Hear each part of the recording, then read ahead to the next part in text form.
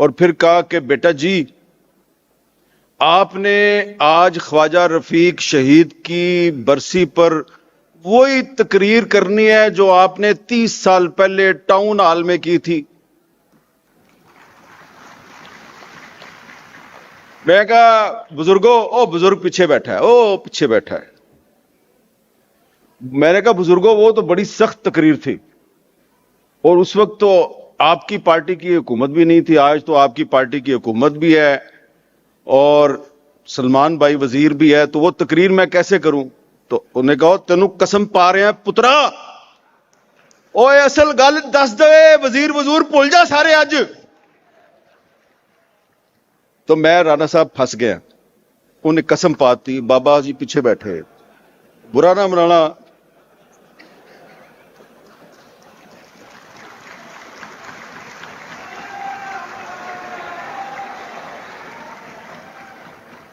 تو جب میں ہال کے اندر آیا، میں بیٹھ گیا سٹیج پہ. اب سٹیج پہ میرے ساتھ ایک اور بندہ بھی بیٹھا ہوا ہے، مسئلہ نمبر 2. اور وہ پتہ کون ہے؟ غلام حسین شاہد. اور میں نے کہا یار غلام حسین شاہد تم وہی ہو نا 1997 میں تمہیں تمہاری پارٹی نے ٹکٹ دیا ایم پی اے کا، پھر واپس لے لیا، اس کے بعد کبھی تمہیں دوبارہ ٹکٹ ملا؟ انہوں نے کہا نہیں. میں کہا بالکل صحیح ہوا ہے تمہارے ساتھ، کیونکہ تم اصلی سیاسی کارکن ہو، اس لیے تمہیں یہ ٹکٹ نہیں دیتے. تو کسی اصلی سیاسی کارکن کو بھی ٹکٹ مل جاتی ہے، لیکن زیادہ تر کو نہیں ملتی.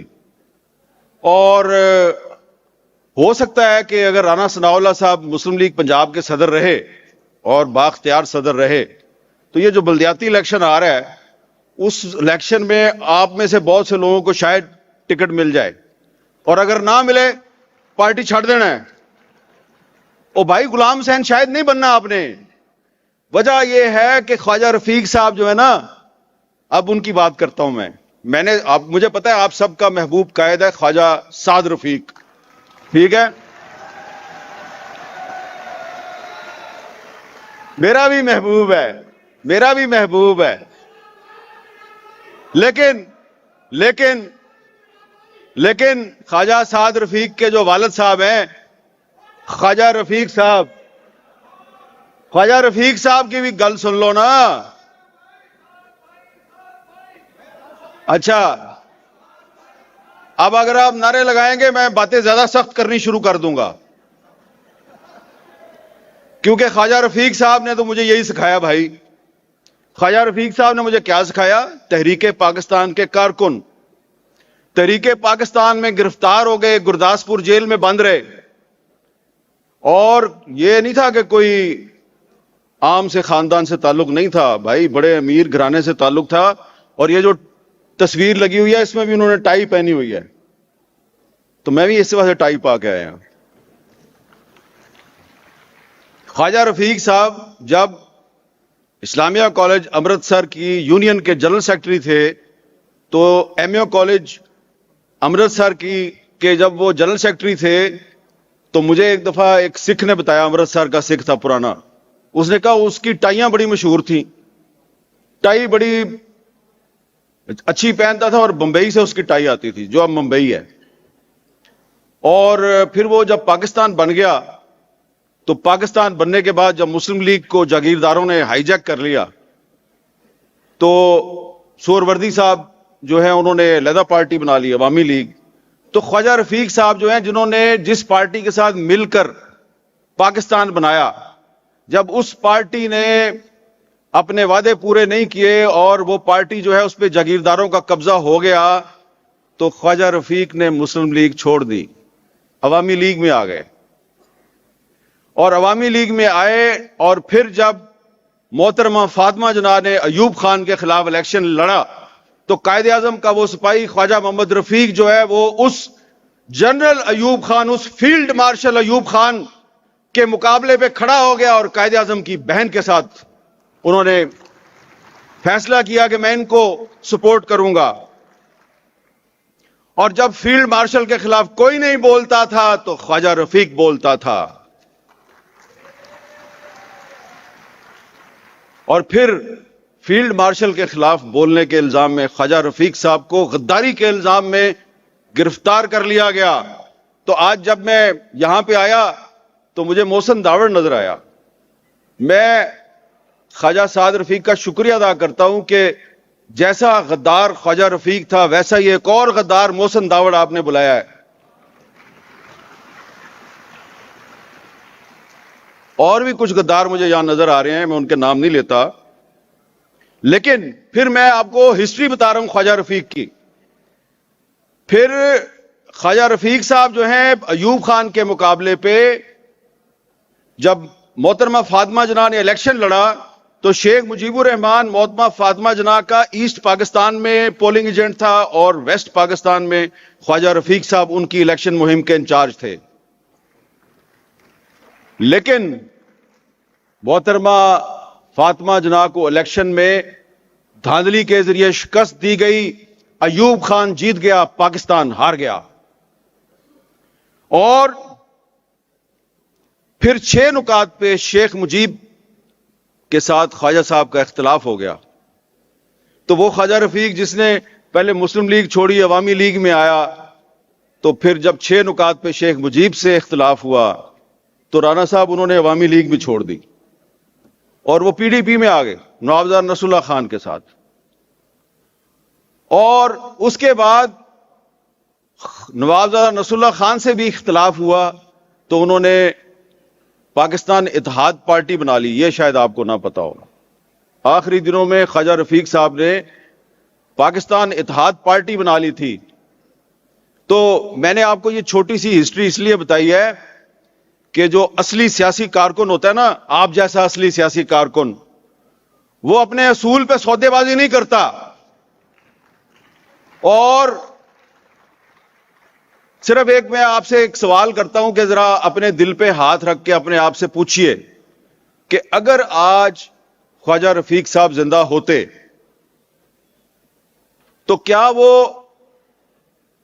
حکومت کے کسی وزیر کے اس بیان پر چپ رہتے کہ یہ ایک ہائیبرڈ نظام ہے اور بڑا کامیابی سے چل رہا ہے؟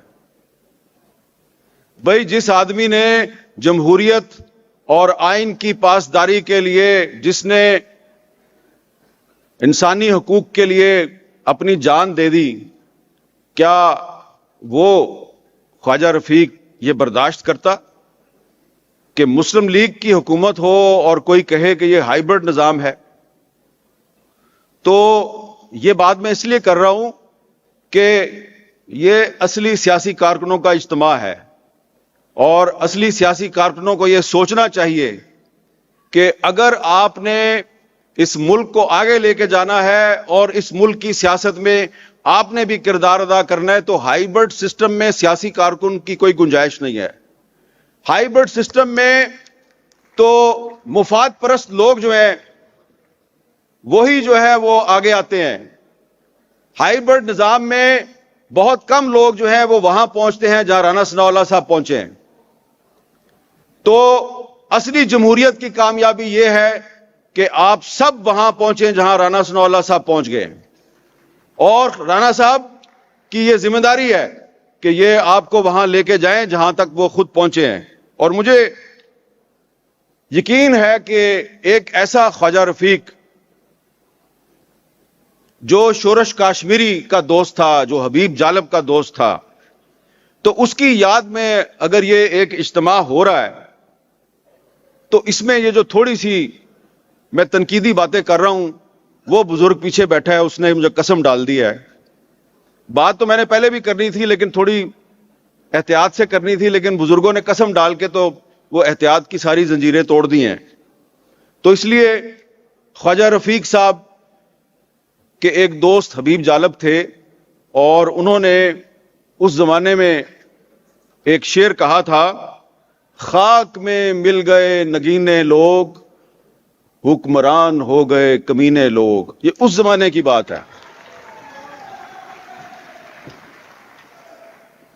تو یہ بات میں اس لیے کر رہا ہوں کہ آپ بھی چاہتے ہیں, میں بھی چاہتا ہوں کہ یہ ہمارا پاکستان آگے جائے, اس میں جمہوریت مضبوط ہو. یہ جو اس وقت سسٹم چل رہا ہے یہ تبدیل ہو جائے, لیکن یہ سسٹم ایسے تبدیل نہیں ہوگا. ہائیبرڈ سسٹم میں یہ تبدیلی نہیں آ سکتی. یہ تبدیلی اس وقت آئے گی جب آپ لوگ اسمبلیوں میں پہنچیں گے. اور آپ کیسے پہنچیں گے؟ یہ آپ کو رانا ثناء اللہ نے اور سعد رفیق نے لے کے جانا، یہ ان کی ذمہ داری ہے. ایک اور بھی مسئلہ ہے، یہ بیٹھا ہے مسئلہ زعیم قادری.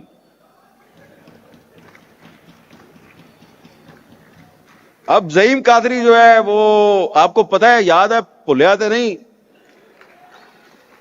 14-15 سال پرویز مشرف کا دور اور اس کے بعد کے مشکل سال، جب مسلم لیگ نون بڑے مسائل کا شکار تھی، جبر اور آمریت کا سامنا کر رہی تھی، جب رانا ثناء اللہ صاحب کو اغوا کر کے تشدد کیا جاتا تھا، اس زمانے کی بات کر رہا ہوں. اس زمانے میں نواز شریف کا ترجمان کون تھا؟ زعیم قادری. اب آپ اس کو ڈھونڈتے ہو کہ کدھر گیا ہے، او زعیم قادری کدھر گیا بھائی؟ تو یہ دیکھیں، یہ بھائی جان بات یہ ہے کہ مشکل دور میں آپ کا ترجمان زعیم قادری ہو، اور جو حکومت آئے تو ترجمان کوئی اور بن جائے. یہ میں صحیح بات کر رہا ہوں کہ غلط کر رہا ہوں؟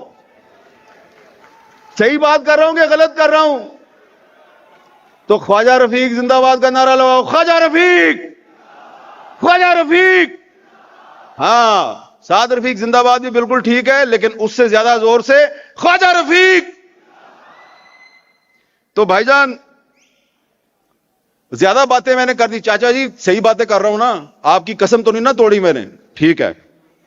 اب جناب آخر میں ایک چھوٹی سی بات یہ کرنی ہے کہ یہ باتیں کرنے کی ضرورت کیوں محسوس ہو رہی ہے. ایک تو ہمیں ہائیبرڈ سسٹم قبول نہیں ہے، وہ اس لیے کہ بھائی یہ قائد اعظم کی مسلم لیگ کے وارث ہیں آپ لوگ. اگر قائد اعظم آج زندہ ہوتے، اگر خواجہ رفیق صاحب زندہ ہوتے، اور کوئی کہے کہ یہ ہائیبرڈ سسٹم ہے اور بڑا اچھا سسٹم ہے، تو یہ قابل قبول ہے؟ نہیں. زور سے کہیں نہیں. تو ہم نے اس پاکستان کو قائد اعظم کا پاکستان بنانا ہے، اور آپ نے بنانا ہے. آپ نے بنانا ہے. ایسا پاکستان نہیں بنانا کہ جب پچھلے دور حکومت میں ایک صدارتی آرڈیننس کے ذریعے پیکا قانون جو ہے وہ ہم پر مسلط کیا جائے، اور ہم اس پیکا قانون کے خلاف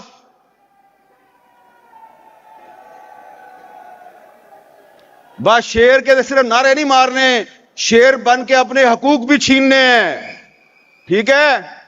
تو میں نے صرف یہ بات کر رہا ہوں کہ جب پچھلے دور حکومت میں پیکا کو صدارتی آرڈیننس کے ذریعے ہم پر مسلط کیا گیا، تو ہم نے صحافیوں کی تنظیموں نے مظاہرہ کیا پارلیمنٹ ہاؤس کے باہر.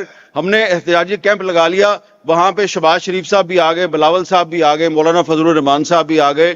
انہوں نے ہم سے وعدہ کیا کہ آپ بے فکر ہو جائیں، جب ہماری حکومت آئے گی ہم یہ آرڈیننس ختم کر دیں گے. پھر ہم کورٹ میں چلے گئے، ہم نے کورٹ سے وہ آرڈیننس ختم کرا دیا، اسلام آباد ہائی کورٹ سے. لیکن پھر جب حکومت آئی، شہباز صاحب وزیر اعظم بنے، تو پھر وہ پیکا ایکٹ پارلیمنٹ سے منظور کروا کے ہم پر مسلط کر دیا گیا. اور آج لاہور پریس کلب کے صدر سمیت پاکستان کے درجنوں صحافی جو ہیں وہ پیکا ایکٹ کے تحت جھوٹے مقدمات میں ملوث ہیں. اور اگر آج خواجہ رفیق صاحب زندہ ہوتے تو سب سے زیادہ آواز وہ ان سیاہ قوانین کے خلاف اٹھاتے جو کہ جمہوریت کے نام پر اس بقول ایک وزیر کے ہائیبرڈ رجیم نے ہم پر مسلط کیے ہیں. تو اس ہائیبرڈ رجیم میں ایک کام اچھا ہوا ہے کہ جنرل فیض حمید کا ٹرائل ہو گیا ہے، اس کو سزا ہو گئی ہے. لیکن اس کے ساتھ اور بھی لوگ تھے جنہوں نے اس ملک کے ساتھ بہت ظلم کیا ہے، ان کا بھی احتساب ہونا چاہیے. اور یہ مطالبہ تو نواز شریف صاحب بھی کر چکے ہیں، تو کم از کم نواز شریف کے اس مطالبے کو ہی پورا کر دو. آپ اس مطالبے کی حمایت کرتے ہیں؟ چلے اب میں مزید باتیں بھی کرنا چاہتا ہوں، لیکن مجھے پتا ہے کہ اور بھی مقررین